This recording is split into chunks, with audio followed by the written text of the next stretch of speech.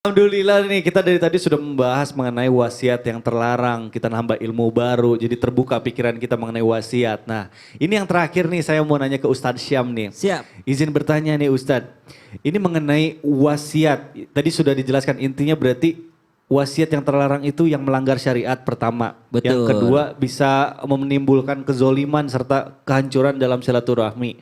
Nah ada lagi gak sih larangan itu yang paling penting dalam wasiat nih. Supaya dicatat sama jamaah yang ada di rumah nih. Bismillahirrahmanirrahim. Tabai guruku Ustaz Maulana Habib Abdullah Mas Mikdad serta guru-guru kami dimuliakan Allah Subhanahu wa taala.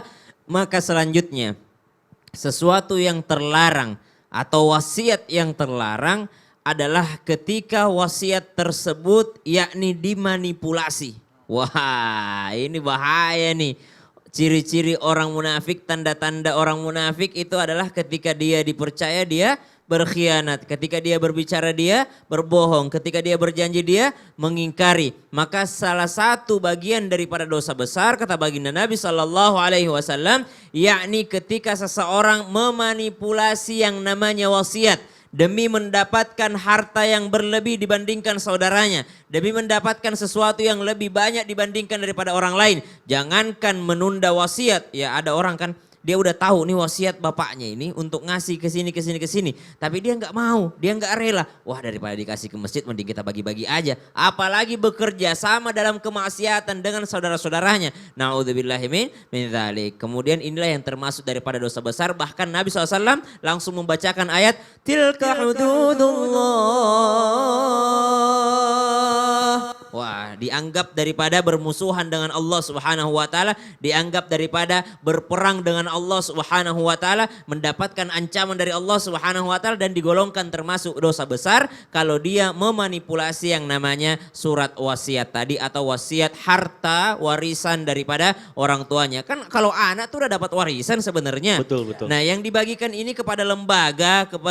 kebajikannya orang tuanya itu masih hak orang tuanya, bukan hak sang pewaris tadi. Bukan haknya si ahli waris tadi, tapi masih hak orang tua kita nih. Orang tua kita mau meninggal dunia, dia bilang hartaku ini saya kasih ke masjid. Bukan hak kita untuk memanipulasi tadi itu. Maka kalau kita mengambilnya berarti kita mengambil yang bukan hak kita dan itu termasuk terlarang dan itu termasuk daripada dosa besar. Yang kedua ada larangan lagi. Larangan bagi siapa? Larangan menunda-nunda wasiat bagi mereka yang mampu. Ya bagi mereka yang mampu. Misal tadi disampaikan guru kita Habib Abdullah umur udah mencukupi nih 40 tahun nih. Udah dapat bonus gitu ya.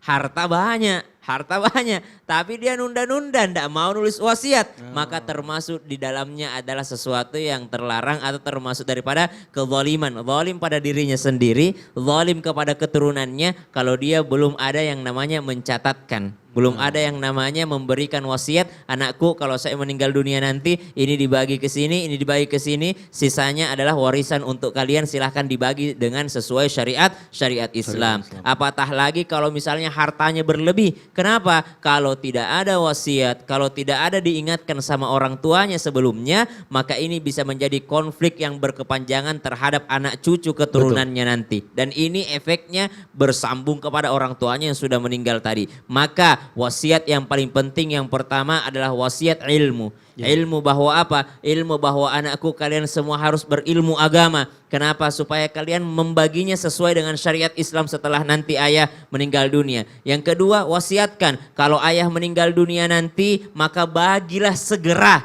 sesuai dengan syariat Islam. Karena kalau semakin lama dibaginya, maka semakin besar nanti konfliknya, semakin besar juga syaitannya. Maka larangan yang selanjutnya tadi disebutkan bahwasanya larangan untuk memanipulasi warisan, memanipulasi wasiat, dan juga larangan untuk yang ini berleha-leha, menikmati umur, menikmati hidup, lalu lupa untuk mengingatkan anak keturunannya tentang pentingnya harta ini harus tahu siapa tuannya. Karena tidak ada harta yang tidak bertuan di dalam agama kita, mesti ada pemiliknya. Kalau mau menjadi sesuatu yang baik, mestinya berwasiat. Jadikan masjid nak, jadikan yayasan nak, jadikan buat rumah yatim nak. Maka ini adalah bermanfaat bagi orang tua yang meninggalkan harta tersebut. Maka jangan menunda-nunda untuk memberikan wasiat. Masya Allah, jika mampu segerakan. Jika mampu, bisa banyak hartanya harus segera dibagi. Betul. Dan ini catatan nih untuk orang yang diberikan amanah ya. Betul. Memanipulasi itu dosanya besar sekali. Iya. Nauzubillah, Masya Allah.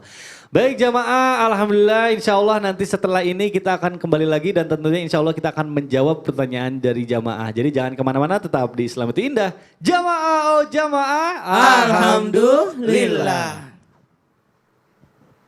Subhanallah.